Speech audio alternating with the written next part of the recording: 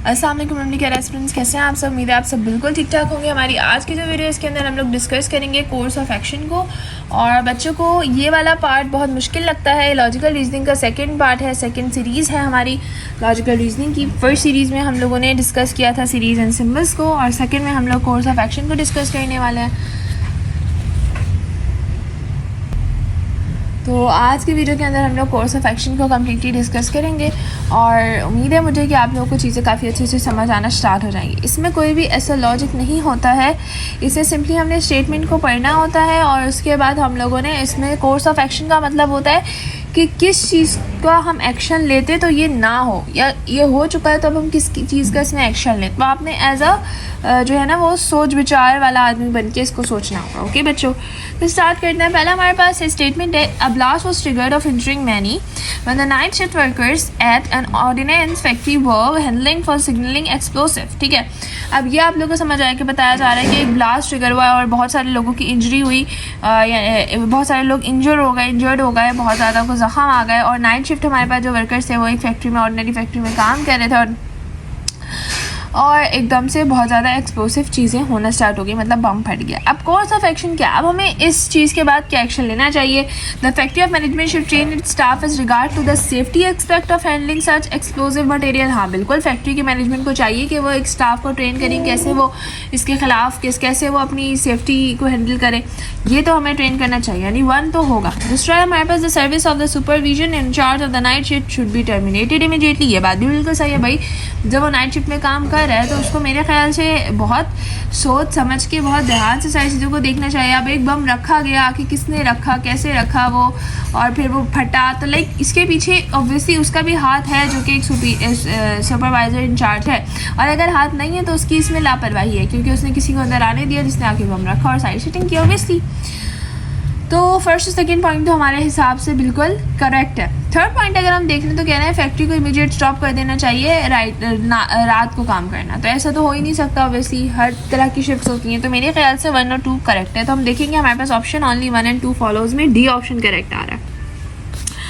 ठीक है बच्चों, अब स्टेटमेंट नंबर 2 पढ़ते हैं। इस तरीके से आप लोग स्टेटमेंट्स को पढ़ते हैं और अपने हिसाब से बताते हैं कि क्या करना चाहिए।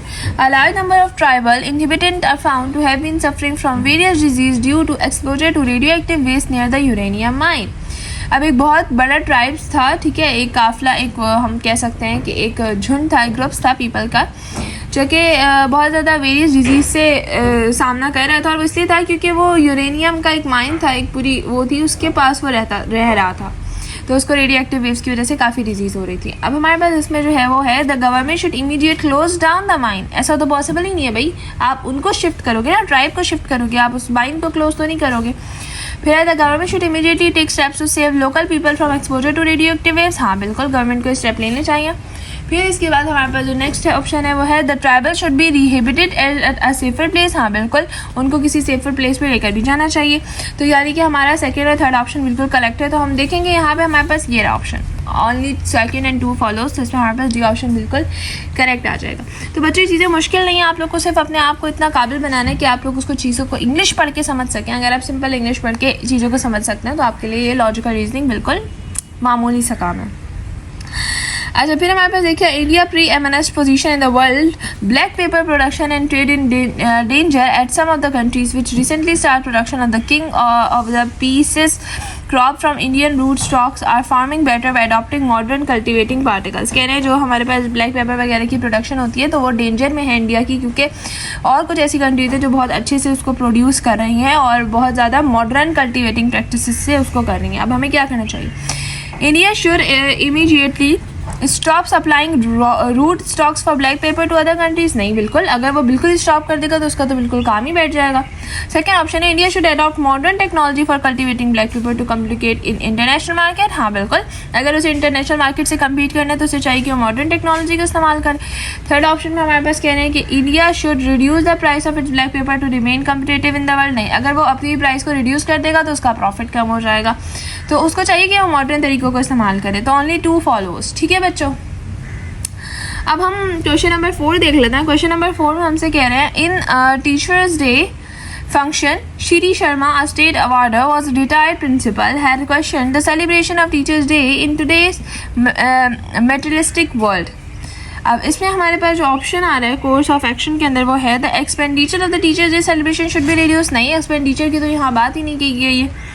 फिर हमारे पास उसके बाद आ रहा है कि more fund should be allocated for the celebration of Teachers Day. नहीं, ज़्यादा फंड्स भी नहीं देने। The role and responsibility of teacher should be seen in today's perspective. हाँ बिल्कुल, आज की टीचर्स डे पर देखना चाहिए कि टीचर्स का रोल क्या है और टीचर्स की रिस्पॉन्सिबिलिटीज़ क्या होती हैं, उनको जो है वो अप्रिशिएट करना चाहिए। तो मेरे ख्याल से option only 3 follows is correct option।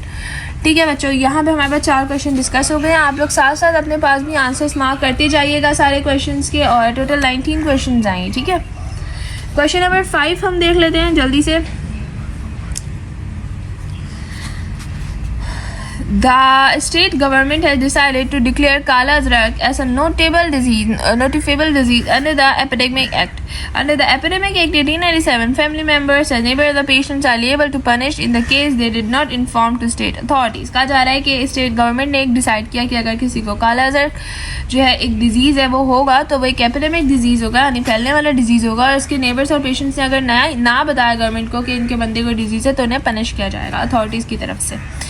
Effort should be made to efficient implement the act. अब इस एक्ट को इम्प्लीमेंट करने के लिए हमारे पास कुछ चीज़ें इम्प्लीमेंट होंगी, ऑब्वियसली बात है, तो ये बात बिल्कुल सही है।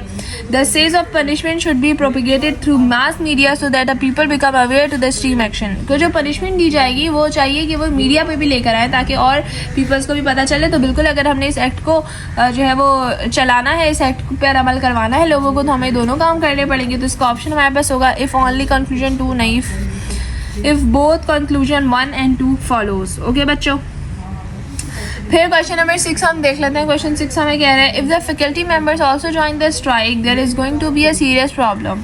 अगर फैकल्टी मेंबर भी स्ट्राइक को ज्वाइन करेंगे तो बहुत सीरियस प्रॉब्लम हो जाएगी। The faculty member should be persuaded not to go on strike. क्या उन्हें स्ट्राइक पर नहीं जाना चाहिए? ये बात बिल्कुल सही है। Those faculty members who join the strike should be suspended. नहीं, सस्पेंड तो नहीं कर सकता ऑब्वियसली बात है स्ट्राइक पर अगर कोई जा रहा है। दोस्त management should not worry about such small things. नहीं, मैनेजमेंट को वरी तो करना पड़ेगा, ऑब्वियसली बात है, क्यों वरी नहीं करेगी भाई, जब काम पे लोग ही नहीं आ रहे तो कैसे चलेगा वो काम। तो ऑप्शन ए हमारे पास सिर्फ करेक्ट होगा, ओनली 1 फॉलोज।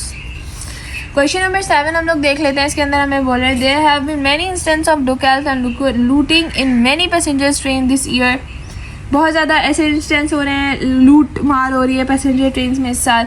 तो अब इसके लिए क्या करना चाहिए? The railway authority should immediate deploy the policeman in each compartment in the passenger train. कह रहे हैं कि इमीडिएटली जो है वो डिप्लॉय कर देना चाहिए पुलिसमैन को उस कंपार्टमेंट के जो कि ट्रेन के अंदर जो है वो मौजूद है।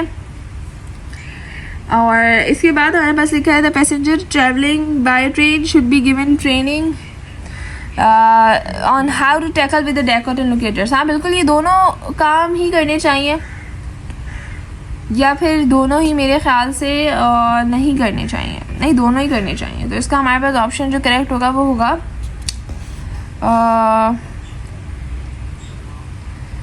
If neither 1 nor 2 follows. ठीक है, फिर इसके बाद हमारे पास क्वेश्चन 8 हमारे पास होगा large number of people in ward X of the city are diagnosed to be suffering from a fatal material type. The city municipal authority should take immediate steps to carry out expensive fumigation in ward X. या फिर हाँ ये बात तो है, steps तो भाई लेने पड़ेंगे।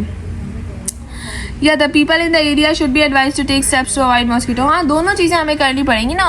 इधर 1 और 2 फॉलोज हमारे पास इसका करेक्ट ऑप्शन होगा, या बोथ 1 and 2 फॉलोज। इधर नहीं आएगा, बोथ आएगा, क्योंकि इधर का मतलब होता है कि दोनों को चाहिए, बट बोथ आएगा क्योंकि हमारे पास कंपलसरी है। क्वेश्चन 9 हमारे पास है सिंस इट्स लॉन्चिंग इन 1888। बेटा आप लोग को दिख रहा है? ओ माय गॉड, मुझे ना पता ही नहीं चलता, मैं वीडियो के अंदर इतना वो जाती हूँ कि फिर मुझे वो देखना पड़ता है कि क्या वीडियो वाकई में सही रिकॉर्ड हो पा रही है या नहीं हो पा रही। मैं लाइव भी करना चाहती हूँ बच्चों, मैं चाह रही होती हूँ आप लोग के साथ लाइव आके आप लोग को पढ़ाऊँ, आप लोग को सिखाऊँ, बट लाइव में ये होता है कि अक्सर मेरा नेट काम नहीं कर रहा था क्योंकि मेरा वाईफाई वगैरह होता नहीं है, डाटा चलता है तो वो इतना बहुत ज़्यादा ना अटकता है।